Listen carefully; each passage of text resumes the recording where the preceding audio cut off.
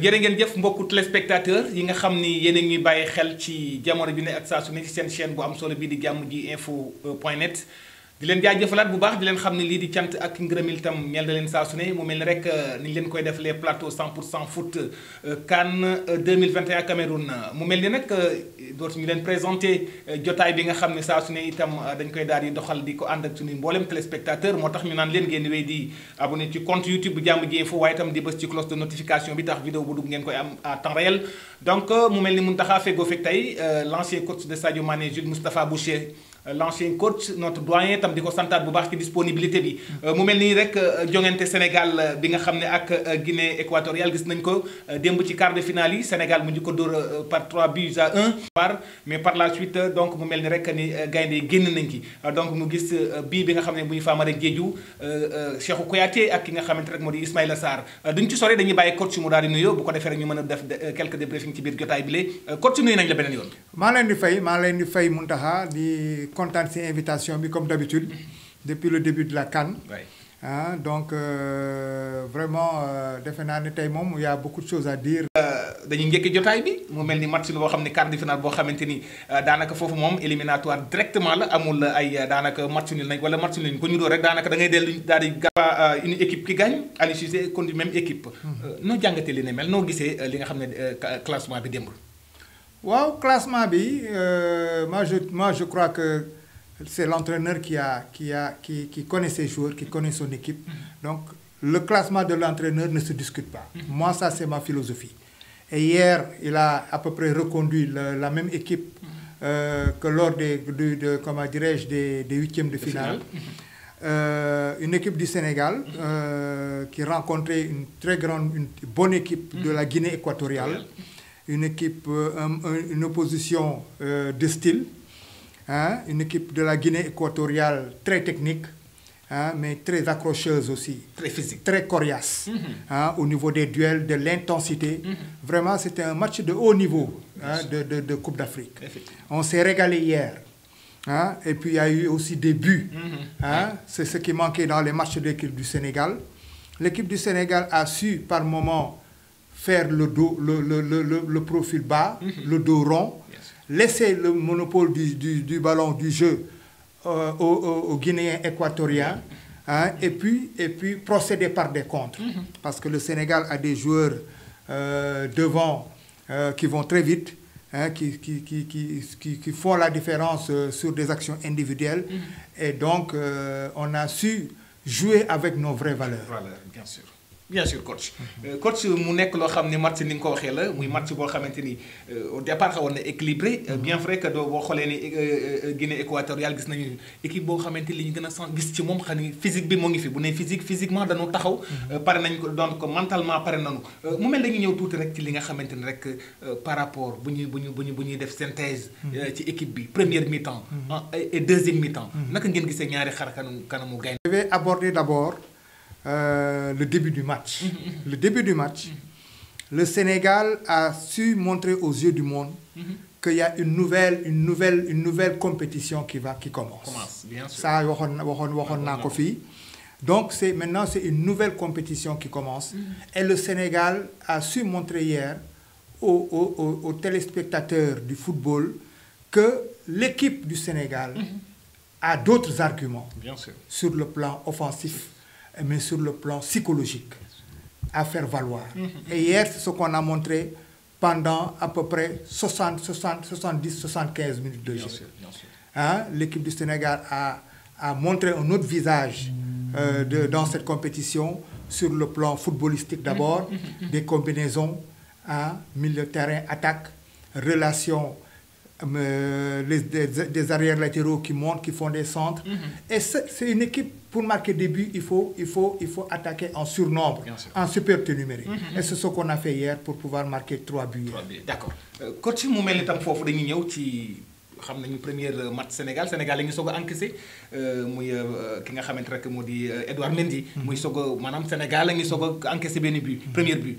donc gis nañ souvent que bien vrai que am nañ meilleure défense tey bu ñu koy xool ba ñu nee Sénégal la Sénégal axe bi fa nekk kenn dootu ko naatable parfois li nga xaw a ci tuuti suuf muy jeu bi ñuy bàyyi gars yi di composé ci biir axe bi parfois te moo ñu indil bii boo nga xamante ne war na mën a ñàkk. Wow, c'est-à-dire que bon, le Sénégal ne pouvait pas faire autrement parce que les Guinéens, les Équato-Guinéens, c'était des joueurs très techniques. Bien sûr. Très techniques, qui combinent bien. Et hier, on l'a vu, ils nous ont posé énormément de problèmes hein, à l'approche de la surface de réparation. Des petites combinaisons à 2, à 3, des 1-2, double 1-2, rentrer dans la surface de réparation, créer là-bas, comment dirais-je, le surnombre. Donc, nous, on n'a pas su, comment dirais-je, contenir ces assauts des Équato-Guinéens. Donc, on les a laissés faire. Nous, on a fait bloc bas pour pouvoir les contrer après. On l'a bien réussi. On l'a bien réussi parce qu'on a marqué 3 buts. Mais ce n'est pas toujours évident de réussir ce genre d'exploit. Parce que les Équato-Guinéens, hier, s'ils avaient de la réussite, ils pouvaient marquer encore beaucoup plus de buts. Déjà, il y a un penalty qui a été sifflé et puis après refusé par l'arbitre. Et pour moi, c'était un penalty valable. Mais ça, c'est les aléas du football. Hein? Donc, on a eu la chance hier hein, de ne pas encaisser ce penalty. Parce que ça aurait pu nous faire mal sur le plan psychologique, sur le plan mental. Bien sûr, bien sûr. Heureusement que l'arbitre l'a refusé. Après, on a su réagir.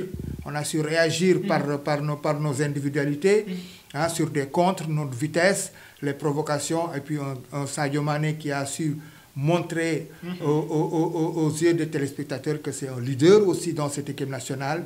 Il a beaucoup pesé sur la défense équato-guinéenne. Machallah. Mu ngi ci matcham moment bi yeewu na comme Mohamed Salah comme bu leen wax ne carrément ce sont des stars yoo xam ne démb wane nañu seen bopp. Mu mel ni dañuy ñëw l'homme du match mu mel ni Nampalys Mendy gis nañu mu def match bu mag aussi. Tamit maa ngi ñëwaat ci ki nga xamante ne may boole sax laaj bi mooy ki nga xam ne toog nañu 2 mois. xalaatoon ni du bokk sax dem nañu ci bëri dañ ci génne seen xalaat ci CAN bi mu Ismaïla Sarr et donc mu dugg quelques minutes donc mu indi différence bi. Oui, Nampalys, venons-en à Nampalys. Nampalys déjà hier il a fait les huitièmes de finale il avait fait un bon match.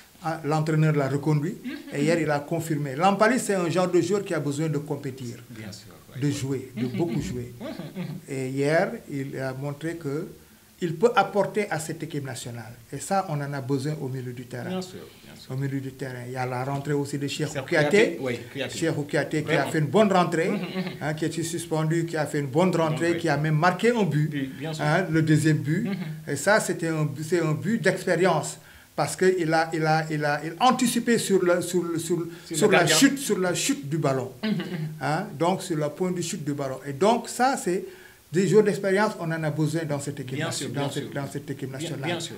Hein, donc vraiment, hier, je crois qu'il y avait tous les ingrédients pour pouvoir faire un bon match. Ismaïla Sarr, moi, j'y croyais pas. Mais hier... Tu me l'as même dit. Voilà, j'y croyais pas.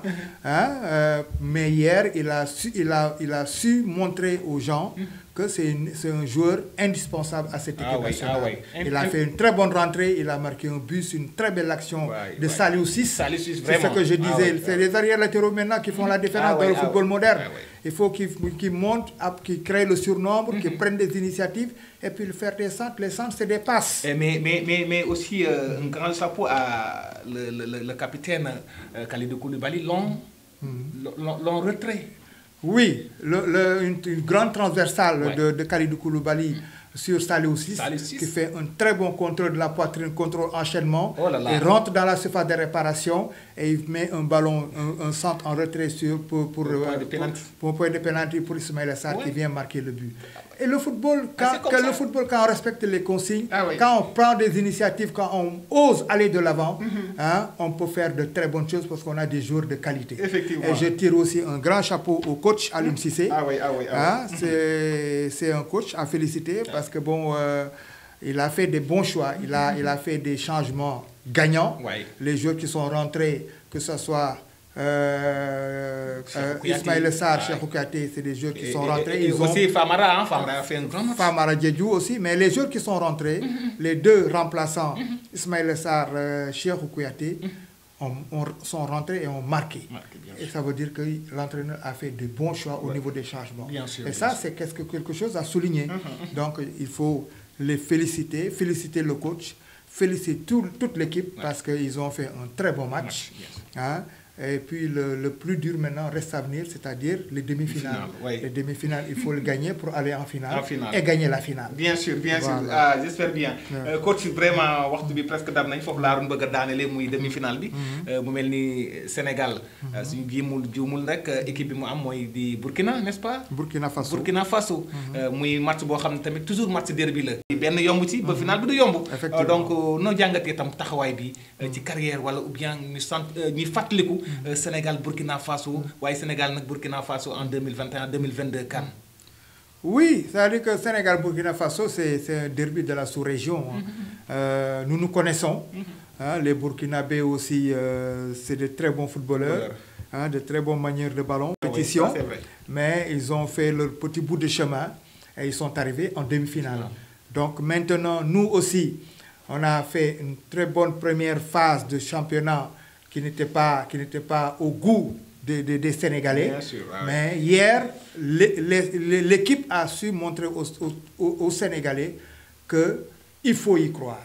Il faut croire en eux parce que l'équipe est là et j'espère que maintenant le plus dur a été fait. Il faut maintenant finir le travail, comme on dit. C'est-à-dire aller en finale et gagner la finale. Gagner la finale. Coach, parce qu'une finale, ça se joue, mais ça se gagne. Ça se gagne aussi. Voilà. C'est important. Coach, waxtu bi moo ñu dab. mel ni kontaan nañu tam boobu ba léegi gis nañu depuis le début de la CAN yaa ngi nekk ak ñun. Vraiment tam sa disponibilité xam nañu yombul. sa bëgg-bëgg la mooy sa tamit tàggat mi sa métier waaw muy sa métier di sa bëgg-bëgg muy amour boo xam ne dafa nekk ci te ku la gis xam ko trop yeewu tôt le matin taxaw xale yi par catégorie nga nekk ak ñoom ci terrain bi donc loolu dafa nekk yoo xam ne yaa ngi soxat football Sénégal kon waruñu la fàtte tout le temps war nañ di la bàyyi xel waaye tamit di découvrir tamit li nga xamante yaa ngi koy def ci ndaw ñi surtout l'ancien coach de Sadio Mané Jules Moustapha Boucher looy tàggatoo waaw di kontaan trop si émission bi vraiment c'est une émission de qualité parce que football rek lañ fi wax waxuñu fi leneen te lépp lu ñu fi wax aussi si yoon lañ koy teg donc ku déglu interview bi di nga xam ne fii li ñu fiy wax lu tegu ci yoon te loolu lu am solo liggéey il faut nga maîtriser ko xam ko teg ko ci yoon donc vraiment je suis très content d'être là de travailler avec vous yàlla nañu yàlla defal jàmm ba ñu jour final bi ñu toogaat fii di débriefer final bi. alhamdulilah booy di indi coupe bi. macha allah jërëjëf. Jules Moustapha Boucher l'ancien coach de Sadio Mané ni ma leen ko waxee rek waxaat du bëri wax waaye dañ koy sant di ko gërëm nañ ko waxee tam temps bi ñu koy soxla bëri na ci plateau yi waaye tamit mu préféré li nga xam ni këram tey muy jàmm ji info di ci liggéey ak ñun.